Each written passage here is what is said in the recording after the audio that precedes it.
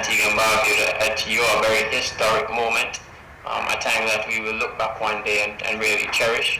I do want to first and foremost say on behalf of Antigua and Barbuda to Dominica, special congratulations on getting to this junction in your journey.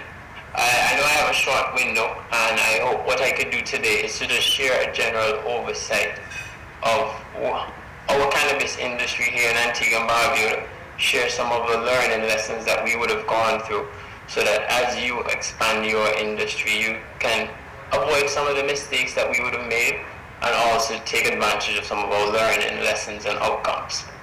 So, an insight into Antigua and Barbuda medicinal cannabis industry. I think what is really critical when introducing, a new sector into any environment is that first and foremost you take advantage and you look in depth into the culture that you're introducing the industry in.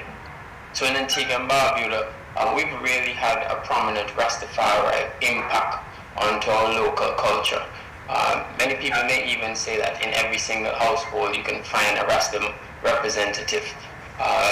Having a culture surrounded around this community, it only allowed us to look at our constitution as a country, and we saw that within certain sections that we had to protect the freedom of consciousness for the individuals who are using cannabis for their sacramental and religious rites, and to also protect this practice.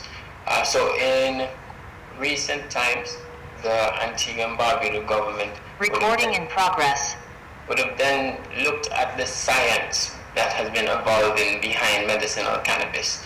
And I think what's interesting that everyone should be mindful of is that it's still very relatively new.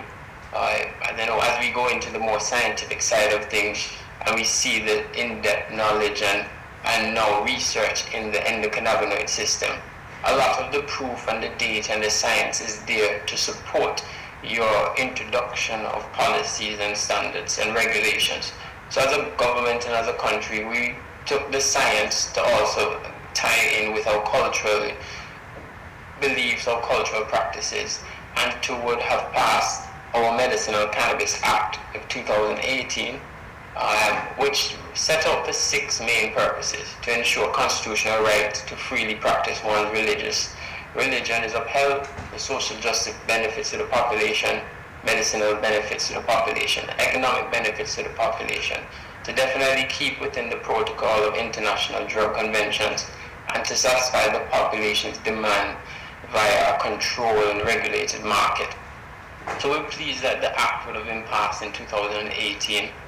We then would have passed our regulations in 2019, which would have then created what's called the Medicinal Cannabis Authority in our office. It's important to know that a lot of the work that we would have done stems from the work that the CARICOM Commission would have placed in the Waiting to Exhale report. We're proud to have one of our first board members be the deputy chair of that commission, a Rastafari, an individual in faith and practice. And we were able to see that a lot of our worries were really answered in that report. Abuse, children, family and impacts, addiction. They really address so many of those worries, which allowed us as a country to feel comfortable taking this journey. So it's definitely something we always have to show high respect for, because before any of the authorities, before any legalization, regulations, this powerful report laid the foundation for us. So coming out of the 2018-2019, we all faced COVID. Not much activities took place in Antigua and Barbuda. We took the time to really make amendments to our regulations and our act so that it could be more practicable to the ground and to be more inclusive to our locals, so that there's participation across all economics classes, all ethnic groups, and most emphasis was placed on how do we ensure we include the indigenous body within whatever we're doing. So for us, we would have expanded and understand that there's an opportunity for medicinal cannabis in various aspects. You can look into this SDGs and see cannabis can be tied into all of the sustainable goals.